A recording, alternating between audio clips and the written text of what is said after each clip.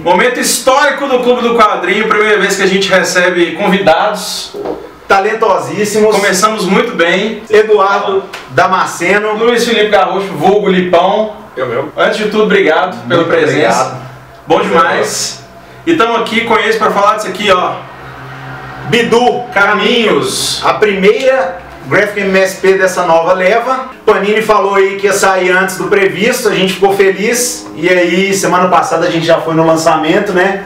Teve muita gente, né, velho? Bom, pois é, no lançamento a gente conseguiu fazer um lançamento primeiro em BH, foi legal começar a história de lançamento do Bidu aqui, né? Porque é onde está o maior número de gente apoiando a gente sempre. O nosso público desde que começou, né? Basicamente, vem daqui de Belo Horizonte assim, depois espalhou um pouquinho, né? E é sempre bom, né? Tá em casa, né? Você do time da casa e você se sente um pouco confortável. Assim, já garantiu os 3 pontos, né? Porque bombou. Não, pois é, a gente foi lá, mas a gente achou que ia estar a galera da Gibiteca, né? Que a gente conhece, que a gente sempre vai nos eventos com eles. As mesmas 25 pessoas. Pô, você tava otimista, Aí, mas lotou, o pessoal animou a sair sábado de manhã de casa e foi lá, foi lindo, foi muito lindo mesmo. Não, eu vi gente saindo carregando uns 5 exemplares assim, achei bem bacana mesmo. No encontro eu tive a oportunidade de conversar com um amigo deles aí, parceiro do Lipão também em outros projetos, que é o Ricardo Tokumoto. Ele tá com um projeto novo do Rio Tiras lá no Catarse. E aí eu gravei um videozinho lá conversando com ele, assiste aí. E aí, galera, estamos aqui na fila esperando os autógrafos aí do Damasceno e do Garrocho. Encontrei o Rio aí, Ricardo Tokumoto, que está com um projeto no Catarse. Nós vamos dar dica no programa aí. Fala um pouquinho pra gente aí do projeto. Então, o projeto, ele vem na sequência de um último projeto que eu fiz no Catarse também, que foi o Rio Tiras Ônibus, e que, na verdade, abrange todo o projeto das minhas tiras no Rio Tiras, né, que é um site onde eu publico minhas tiras desde 2007 até hoje. Daí, esse projeto novo agora, ele pegando mais uma parcela para coletar as tiras e fazer um impresso, porque as tiras são só online, então a ideia é pegar e fazer um produto impresso, porque muita gente gosta de ter, e é uma forma das pessoas ter um arquivo pessoal ali para ler, reler as tiras, é mais fácil, mais prático, e inclusive de apresentar, dar de presente para outras pessoas. Como as tiras elas têm uma autonomia própria, né? Cada tira, eu não tenho personagem, eu não tenho sequência nas tiras, cada tira é uma referência própria ali dentro. Então, a pessoa pode ler tudo solto, separado, não tem essa sequência. Então, e mesmo se a pessoa fala assim, mas é o 4, eu tiro as 4 ao projeto, né? A pessoa fala, não, mas é o 4, isso anteriores. Eu vou dar um PDF para todo mundo que apoiar com as tiras todas que estão no ônibus, que seriam a compilação do 1, 2 e 3. Então, e assim, no último caso, tem todo o site ali disponível para quem quiser ler. O conteúdo dos fanzines anteriores, dos livros anteriores, estão todos lá, online também. E o site é riotiras.com, certo? E o do projeto qual que é? É o catarse.com/riotiras4. Tá aí o endereço aqui embaixo, nós vamos colocar no vídeo, também na descrição. Ajuda lá, eu ajudei na primeira vez, ajudei na segunda. Ele foi um dos primeiros a conseguir no Catarse. Tanto eu quanto o pessoal do Rasos, que é o Damasceno e Garrocho, a gente foi um dos primeiros a tentar essa nova plataforma do Catarse. E hoje a gente vê que é um negócio que deu certo mesmo e está saindo muito projeto legal, e a gente está aí de volta de novo na plataforma. Pois é, bacana demais. Valeu, Ricardo. Obrigado. Aí, sucesso. Ele já está acima dos 50%, vai chegar nos outros 50% se bobear antes de a gente lançar o programa aí. Ele é foda. Apoia lá. Pois é, Rio Tiras no Catarse, apoia, não perde seu tempo não, procura as outras coisas do Ricardo, todas valem a pena. Procura Pequeno Song, o Super Almanacão de Férias, o Rio Tiras Ônibus, o Rio Tiras 1, o Rio Tiras 2, o Rio Tiras 3, o Manual da Destruição 1, o Manual da Destruição 2. Acho que tem mais um aí que eu tô esquecendo, mas... O Ricardo não para de produzir, as coisas dele são muito boas, são então muito bacanas. Vale a pena. Essa foi a dica, né, Dioguinho? A dica, e pra você ficar ligado agora, aí, ó, tá nós vamos... Fala aí, safado. Vai lá. Já vamos entrar pro Pega Pra Capar aí no Bidu, bicho. Não precisa apresentar vocês de novo, né? Acho que a galera aí do mercado já conhece. Conhece a humildade aí. A humildade falou mais alto, mas a gente já... A gente vai pular aí o Achados e Perdidos, o Cosmo. Vocês não pulem. Não pulem. isso aí. O negócio é o seguinte, existem vários reviews já saindo aí do Bidu, Garotas Geeks, Universo HQ já deve ter saído também, se não saiu, ó. E aí, eu vou perguntar pra eles aqui como é que foi esse convite do Sidão. Foi antes do Achados e Perdidos, antes do Cosmos, depois do Cosmo? Quando que veio o convite? O convite veio em 2013. 2013, já tinha saído Achados, já Agosto tinha... de 2013. Isso. Já tinha saído o Cosmo. A gente já conversava com o Sidney regularmente, assim, porque ele é um cara que está sempre muito ligado em tudo que acontece de quadrinho no país. Ele tinha escrito o prefácio do Cosmo. E aí, tudo que a gente fazia, a gente mandava para ele, mostrava para ele e tal. E ele sempre apoiou muito, sempre divulgou. Ele divulgou muito o projeto no Catarse do Achados Perdidos e tal. Sempre falou muito bem.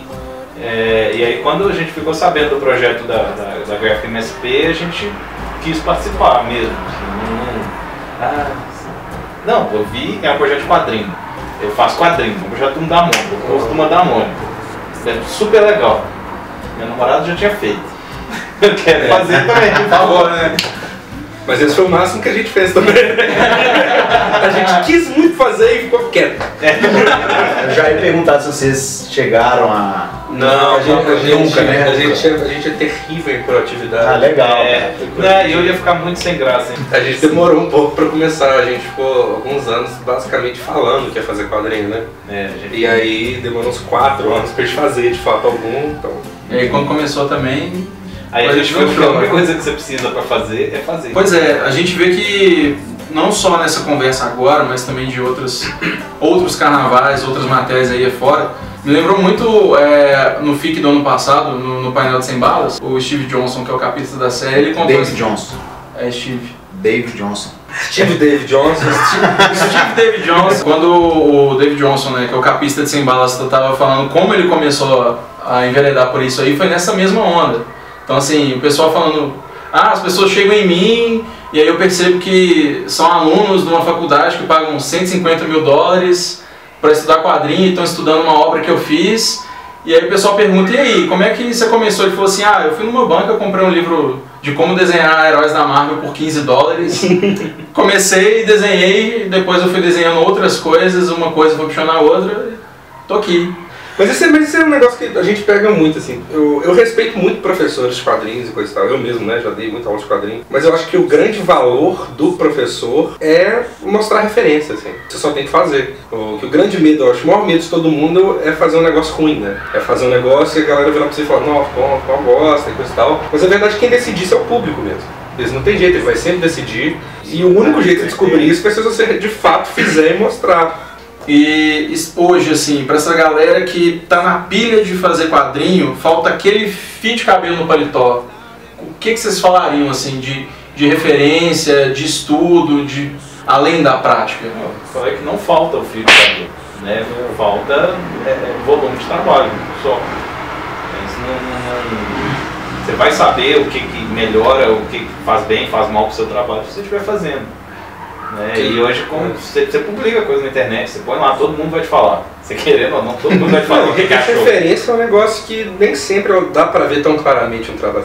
Uma das maiores referências pro Bidu é o One Punch Man, que é um mangá online, assim. Que é sensacional. Cara, acho legal vocês falarem isso, porque antes de vocês chegarem, a gente estava conversando e o Braca mostrou alguns quadros em Bidu que tem o ângulo bem mangá mesmo. A gente conversando assim, né, assim, a gente ainda tava naquela ideia, qual seria a referência dos caras pro Bidu, só que eu falei, cara, eu enxerguei uma coisa meio oriental em alguns enquadramentos de cena do Bidu. Tem outras referências? Não, o negócio é que a gente é meio esponja, assim, Absorve. Não pega uma coisa e fala, isso vai ser referência. Absorve a palavra bonita, né? A palavra feia é copia. Elas são na mesma uma coisa. A gente gosta muito. Mas a verdade é essa. Eu e Damasceno, é engraçado que a gente não concorda com muita coisa de gosto mesmo. Assim, filme, a gente discorda altas vezes. Mas em quadrinhos a gente tem um gosto muito, muito similar, assim. E a ideia é você usar o que vai ser melhor para aquela história. E tem coisa que o mangá vai fazer de forma mais legal, fazer esse quadrinho pede essa solução. Entendi. Então, e aí vem de não só de ler mangá, milhares de quadrinhos, ver milhares de filmes, ler milhares de livros e aí vai... O quadrinho raso vocês usam para experimentar essas...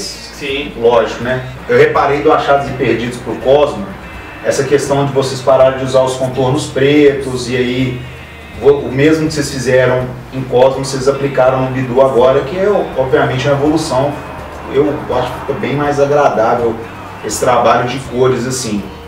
Vem dos testes nos quadrinhos rasos e tudo, ou isso é uma ideia que você teve exclusivamente para o Cosmo e depois você começou a aplicar em outras? Não, muita coisa vem do Quadrinhos Rasos mesmo. Quadrinhos Rasos é um site que ele surgiu para ser isso, né? Para ser um lugar onde a gente experimenta jeitos de fazer as coisas. E nesse sentido ele sempre funcionou muito bem. Assim. Mas ainda assim é por história, né? O Cosmo, eu lembro quando o Dudu começou a fazer, ele veio com a ideia de fazer a linha e tudo tinha uma cor específica. Cada objeto tinha uma cor específica. O Bidu já foi mais por blocos, né? Os blocos de coisas tinham cor específica. O Bidu tem um foco muito mais em luz do que o Cosmo tinha. O Cosmo tinha um foco em cada coisa, tinha uma cor no mundo. Mais no planeta, na matiz do planeta e tal. O Bidu tem mais a ver com a luz. Então aí não encaixa tanto, tudo tem uma linha de cor. Aí talvez se a gente fizer, sei lá, uma história de terror, ela peça uma linha preta de novo. De novo, entendi. Isso vocês fazem com não a história. É que ficou o estilo seus e esse não. Pode ser que vocês precisem. Que a gente não tem. Entendi. E eu não sei se algum dia a gente vai ter um estilo de fazer as coisas, porque a gente trabalha muito por história. A gente trabalha muito em como que vai desenhar os personagens daquela história, como vai colorir aquela história. Não, é bem legal, a gente até, a questão dos balões de conversa do Bidu, né, Braga? A gente vê que no Achados Perdidos vocês mantêm aquelas voltinhas nos balões, no Cosmo vocês já colocam outros elementos assim, né, na fala dele principalmente. E agora no Bidu tem, que é uma coisa mais solta, assim. É o tchan da história pra mim, eles são os balões de conversa, além de todas as ilustrações, né, cara? A solução do diálogo dos animais eu achei fantástica, assim, como é que fala? Fala rasgado mesmo, eu acho que se os bichos falassem sei lá... Não ia ser uma gráfica MSP, ia continuar sendo a historinha. Exatamente. Tem uma coisa que eu acho que foi um dos maiores desafios do projeto inteiro, que é conciliar o fato que o Bidu são dois personagens. Você tem o Bidu astro das HQs, que anda de pé, e você tem o cachorro do Franjinha. Sim. E os dois, apesar deles encaixarem em certos pontos de personalidade, né, aquele orgulho que o Bidu tem, aquelas coisas, mas são histórias muito completamente diferentes, com humor diferente, piada diferente, e a gente precisava de um jeito de mostrar isso não só na história, como na narrativa, mas visualmente. A gente queria colocar o Bidu, por exemplo, de pé, mas o cachorro não vai ficar de pé. O Lebon pôs ele de pé em vários quadrinhos do Leal. Não, do Leal. Isso é outra história. Isso é outra coisa para outro momento. Que no layout todos os cachorros eram humanoides, assim, porque eu precisava de mostrar algumas cenas com clareza pro Donação desenhar depois, e eu não conseguia fazer isso com pata. Aí eles tinham mão. Tem uma cena do Rufus assim, ó. Nossa, eu pensador total. Não, se você for tem essa cena aí. Então acontece, você tem essas pequenas misturas assim, tudo mais. Mas foi tanto com relação ao pedido que o Sidney fez pra gente, dos cachorros não conversarem, mas mais uma vez assim, não é ideia nossa. A gente gosta de falar que a gente não tem ideia, a gente trabalha. Eu gosto muito de falar que não existe ter ideia, você acha ideia. Né? A ideia tá aí, você só pega e usa, do jeito que ela tá. Os quadrinhos antigos do Bidu já tinham isso. Já eram assim, né? Já tinha muito humor desse tipo. A gente não se propõe a descobrir a roda hora nenhuma, mas a gente quer andar bem, né? Exatamente. Não, e anda super bem. As soluções todas que estão aqui dentro, isso foi uma coisa que a gente até conversando também, logo depois que eu terminei de ler, o Dioguinho terminou de ler, a gente falou, e aí e tal, a gente ficou conversando muito tempo. Não, isso ficou legal, aquilo ficou legal, a gente foi listando as coisas que a gente achando bacana e a lista só ia crescendo, sabe? Então assim, as soluções são, igual você mostrou, são muito sutis e faz a história andar bem demais. Quanto tempo levou, desde as primeiras pesquisas de referência que vocês devem ter feito e tal, até o final? Foi mais ou menos 10 meses, 11 meses, mas foi 5 no roteiro. Sim, na história, para montar a história. ela sai aprovada. Que já é um tempo bem corrido pra gente, porque esse uns 2, 3 anos, assim. o Achados Perdidos ele foi pensado em 2007 para ser lançado em 2011. Eu faço um negócio que o Damasceno odeia, que é quando a gente tá fazendo um quadrinho, ele começa a pensar em outro. E eu começo a falar dele. Então, velho, vou acabar esse. Ele tá certo, falando, mas uma coisa não impede a outra. Claro que impede, deixa anotado aí. Mas, de fato, isso acontece. A gente vai discutir. É porque tem umas cenas que você pensa com uma história e fala, não vai ficar legal nessa. Mas em outra ia ficar demais. Aí, isso acontece muito. Assim. Meu, então virou uma tirinha do Bufas, né? As tirinhas do Bufas são bem mesmo. Eu só sento, olho para o computador e fico assim. Até sair alguma coisa assim. Ah, cara, bom demais.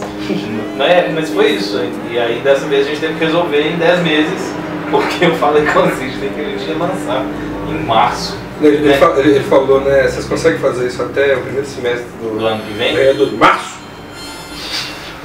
Tem que fazer a pose em primeiro lugar. Aí eu prometi pra março. Agora a gente tem que fazer. Mas eu, seja totalmente profissional, ele falou, não, março não, calma. Maio e tudo mais, deu um legal mais pra gente. Foi. Não vou dizer que foi corrido não, mas ocupou o tempo. Né? O tempo que a gente teve foi gasto. Vocês ficaram sem fazer mais nenhum outro projeto? Não tinha como. Não tinha como, né? A gente ficou 100% nisso, assim. E a gente nunca tinha feito roteiro escrito também. Nunca. Porque a gente. Pra gente quadrinho não é roteiro e desenho.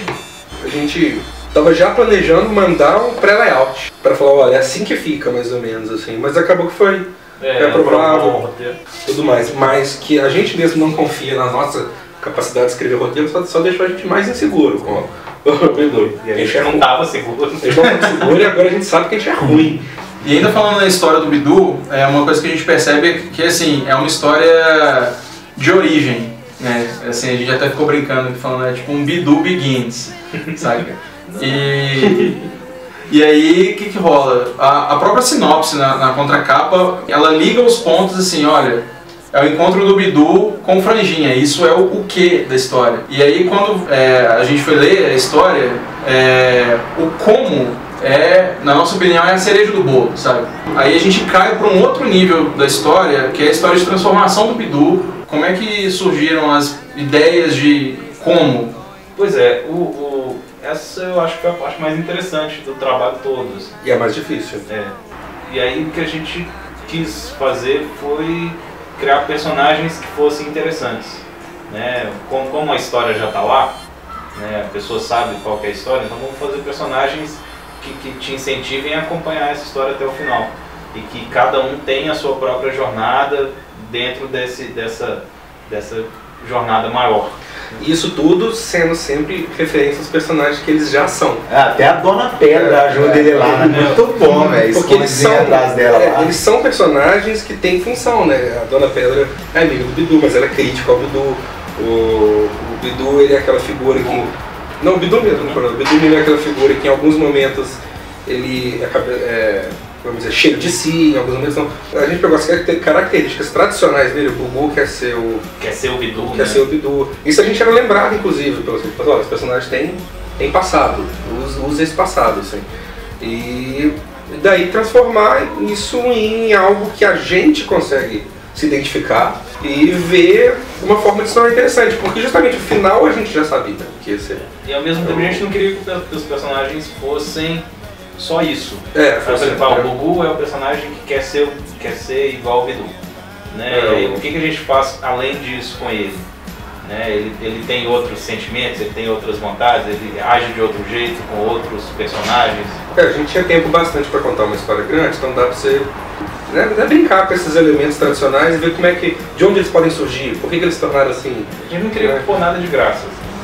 Inclusive foi uma coisa que eu falei com você, né, Léo, que o que você se propõe a colocar na história não está corrido, o ritmo é muito bom. Muito bem definidas e assim, ao ler, né, a nossa leitura do Bidu é que cada parte tem o seu ritmo muito bem contado.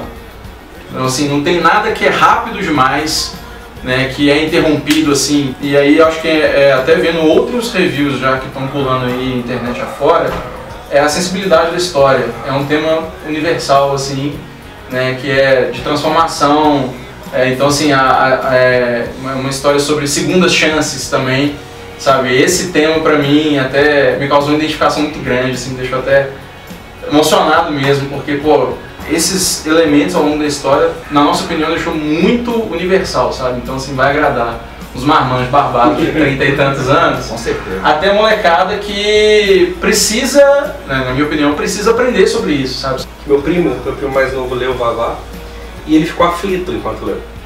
E isso eu achei, assim, é muito legal, porque quer dizer que ele se preocupou com os personagens.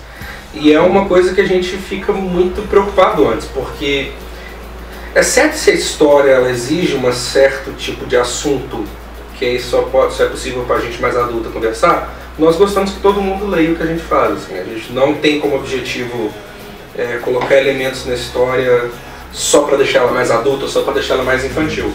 Agora a questão do timing que você falou antes, acho que é um negócio que eu gosto muito porque é uma preocupação muito grande da gente. Aí é muito doido ver Fiquei muito feliz de ouvir você falando isso, porque a gente preocupa 100% com isso, do timing de todas as coisas ser bem pensado.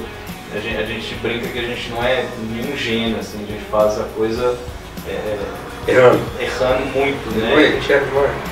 Então assim, essa cena ela tem força bastante para isso acontecer só uma vez e a pessoa lembrar depois, ou não? E a gente discute muito isso, então a nossa ideia é de que quadros longos, eles têm uma função, você gasta um tempo neles.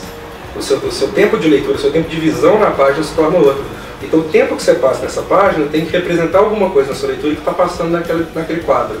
O Bidu tem uma página dupla. Que é a página que ele está mais parado mesmo, é onde o tempo para um pouco para ele. Né, assim. E é igual vocês explicaram na contracapa, falando que a chuva, o jeito que vocês queriam colocar a chuva era para mostrar que ele estava incomodado. Então a grandiosidade da página, junto com a chuva e os outros elementos, e é são tudo necessários. muito tentativa e erro mesmo, simplesmente da parte do visual. O Bidu a chuva tem que ser ruim para ele. Então como que eu vou desenhar esse negócio para a chuva ser ruim para ele? Aí testa, até eu olhar e falar, nossa, que saco que tá chovendo em cima desse cachorro, ele deve estar achando um saco. Inclusive, essa página dupla, ela tá bem no meio da história e representa uma reviravolta no meio dessa transformação, sabe? Ela tem uma função muito clara. Ela representar essa virada no roteiro, eu achei do caralho, e visualmente também, assim, a minha opinião é que ela merece ser aplaudida de pé, mesmo, sabe? Sem falsa modéstia, porque não só oferecer, né, uma arte que seja original, mas ao mesmo tempo que ela tem uma função dentro da história, é uma coisa que hoje, quando a gente vê, a gente valoriza muito, sabe? Meio por aí, assim. Aquela história, né? O quadrinho não é o texto, não é o desenho, é o quadrinho. A gente pensa muito no visual que funcione para aquela história e só fica satisfeito quando a gente olha e acha que aquele desenho está contando aquela história. Mas é bom quando fala também, foi gostoso de ler. É isso. Eu li, o ritmo foi legal. Tanto que eu peguei e vou ler de novo.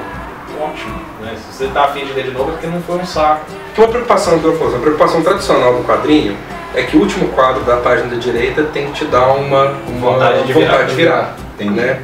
Mas a gente começou com uma também, que é o último quadro da página da esquerda, ele tem que te dar vontade de continuar.